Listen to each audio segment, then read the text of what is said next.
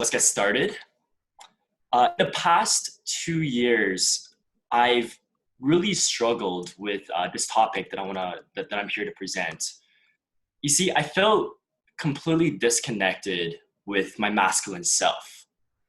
And there were a lot of low times where I felt depression, anxiety, and really, if I were to describe it, it almost feels like on a day-to-day basis that I was slowly dying inside.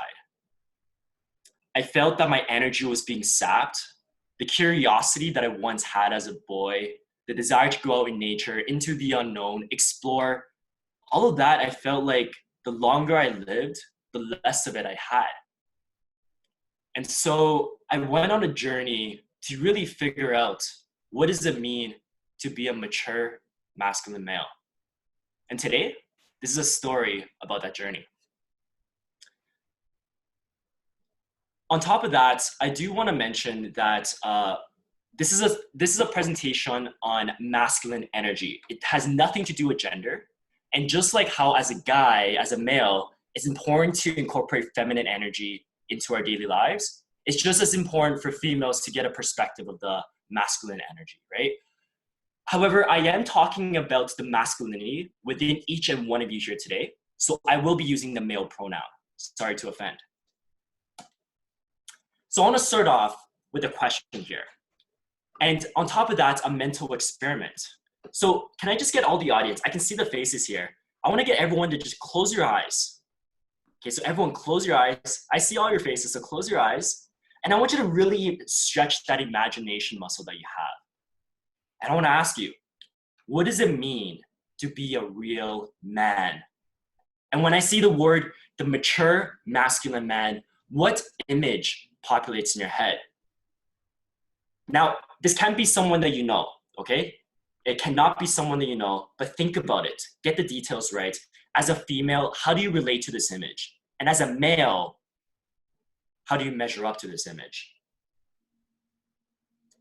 Okay, so just open up your eyes again. Thank you for your participation.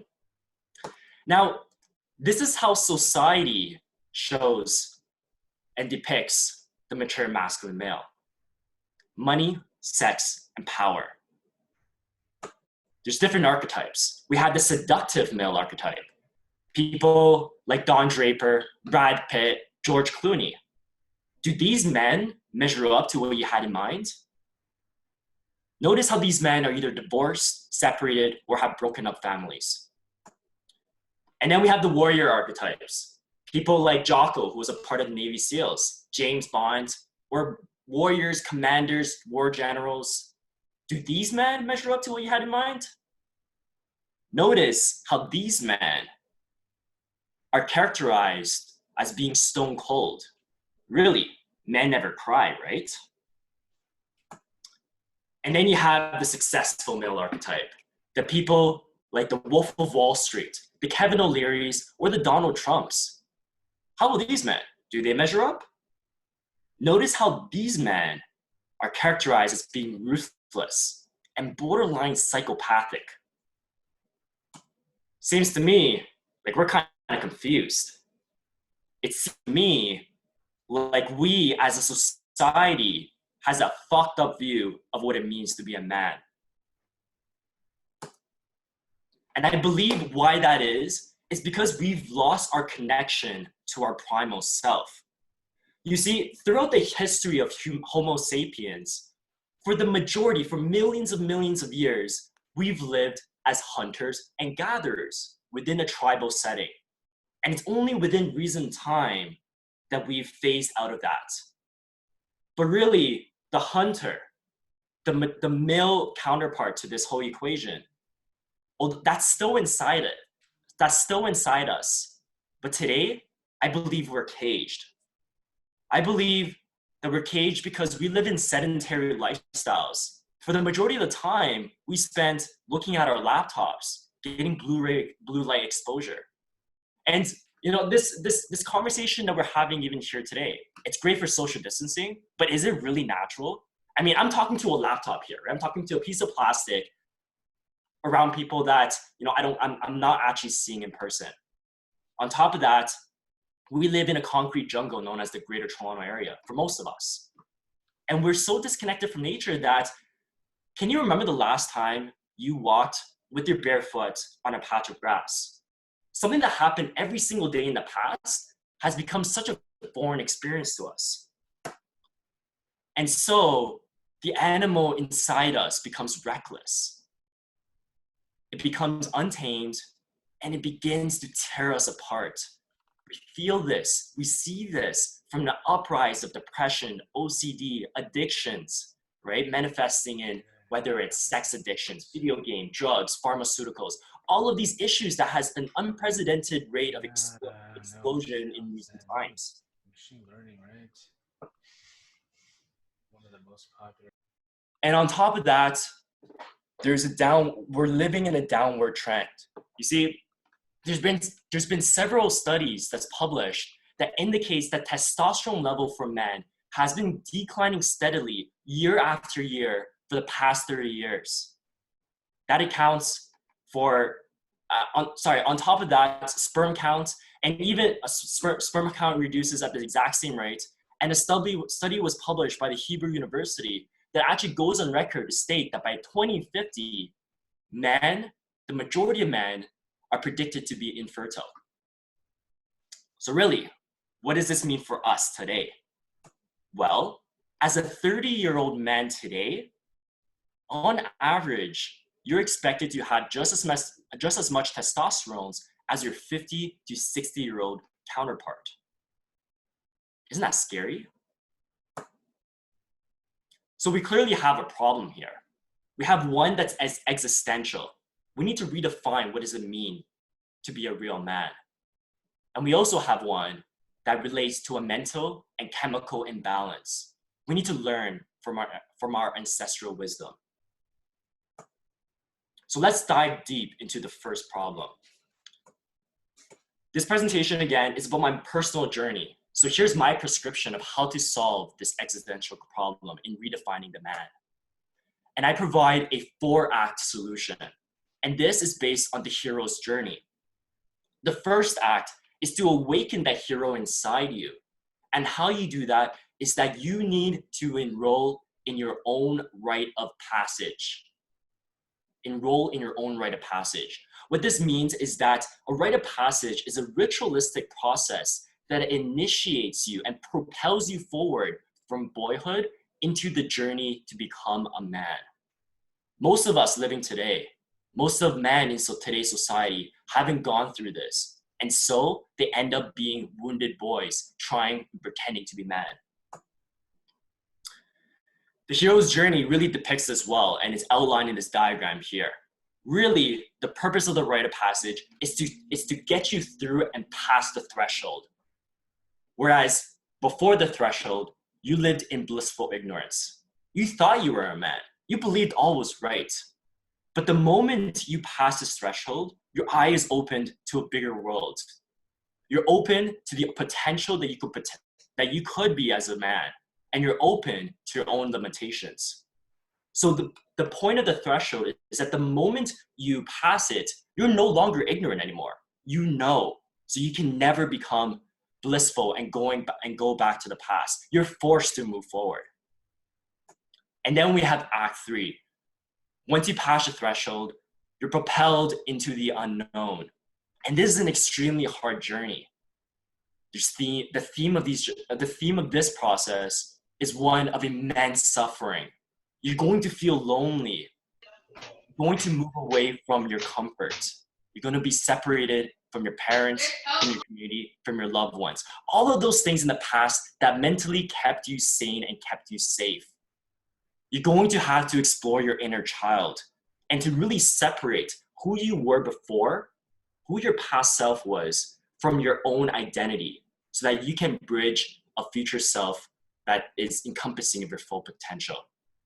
And lastly, you're going to face humility, because you're going to realize that that boy inside you cannot conquer your inner demons. You're faced with an impossible task. And so we go to Act 4, death and rebirth. You're going to realize that that boy inside you needs to die. Your inner child needs to die in order to make room for the man. Because the boy cannot tame the beast, and it's only the man that is the true rightful heir of your future. And now I do want to caution, a word of caution here is that if you do choose this path, if you do choose the hero's journey, it can either end in two ways. The first is to reach that mature masculine self. But the second path is that you may lose yourself. You may lose yourself in defeat and you may never overcome these challenges. That's a risk. That's you venturing into the unknown. And so I know that all of these topics sound awfully vague and perhaps theoretical. So I do want to bridge us back into how I personally went about solving these issues for my own life. And it starts with the rite of passage. During my second year university, I felt there was something missing in me. I felt like I was a boy, I was irresponsible, and I needed to bridge out and to define my own path. And so, as a second year university student, I booked a one-way ticket to rural Guatemala. And in order to live in a village of 5,000 people where no one spoke English. I felt completely alone, completely isolated. I suffered a lot, and this was one of the hardest times in my life. It was hard because I felt like my own personal identity was deconstructed, broken apart piece by piece, into the point that I did not know who I was. And I had to build that back together. I had to develop myself in a way that I can survive and I can thrive into the future, living in a life of uncertainties. I had to understand what it meant and the potentials of how I could progress as a man. And so coming back, I wanted to set the perfect circumstance in order to endure hardship, but making it fun at the same time. And so my personal odyssey has extended to me creating a company that actually so happens to be called Odyssey 3D to really honor this journey. Now, this company is designed not for pure profit maximization purposes, but rather to really make the challenges worthwhile and to progress all of us through this hero's path. So we'd like to make it fun. We have photos here of us in Spain. We took the whole company there. In Colombia, as Bill mentioned, you can actually see a photo of Bill there. So extra points so you can spot Bill. Fantastic. So I want to jump to the next point now of mental and chemical imbalance. How are we going to solve this? We're going to solve it by learning from ancestral wisdom, but also adapting modern day science. And really the answer to this is all about neurotransmitters. What are neurotransmitters, you may ask? These are chemical hormones in your body that dictate and strongly influence your mood, your energy level, the way you approach life, your mindset, and a plethora of other holistic purposes that it has for your body. The ones that I'm specifically interested in is adrenaline and dopamine and serotonin. And I wanted to find ways in nature to hack this process in order to maximize, optimize, and balance these neurotransmitters in my life. So how I found that, number one is through cold exposure. You see, or actually I like to call this normal exposure, right? You see, in the past, for the majority of our of human lives, we've lived in temperature variations anywhere from -40 to +40, right? However, in current day society, because we have heaters, because we have air conditioners, we live in a very mild controlled climate of 17 to 25 degrees. But that's not natural, and we lose the benefit of temperature exposures. This is the fastest way, in my experience, in order to produce those healthy neurotransmitters that I mentioned before. And so you see the picture on the left here. This was actually taken last week. I took a swim in Ontario Lake. I often go cross-country skiing during the wintertime, shirtless. And just this winter, I went swimming about 4 or 5 times in a kind of an ice-filled lake. Next is barefoot running. We often say that our mind is only using 10% of its potential. And I agree. I believe that the human mind has evolved to adapt to nature. And because we don't live in nature anymore, a huge portion of that cognitive function no longer exists. So think about it. Your feet is the connection from your body to Mother Earth.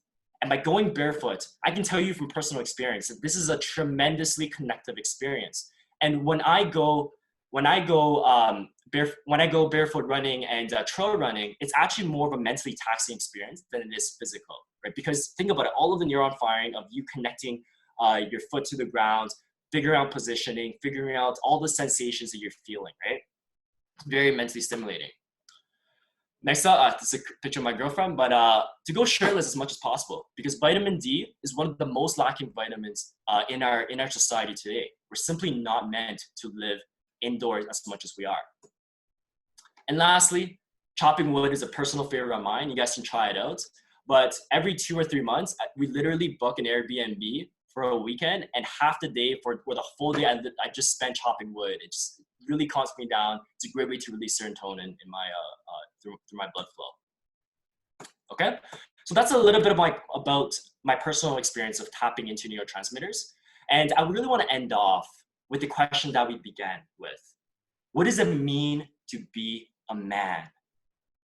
In modern times, depending on your vocation, depending on your upbringing, depending on your culture, it's a very complicated question to answer.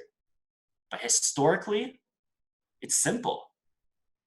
You need to be the tribal chief.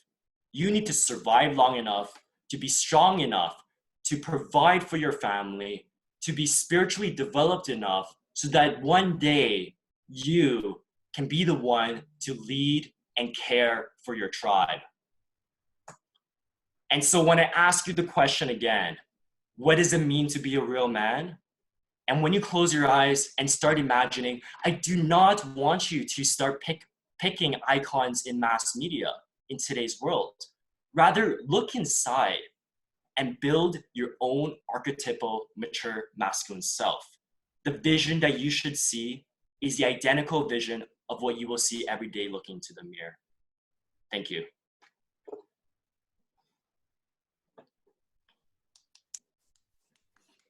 Perfect. I guess questions, right, Bill? Q&A?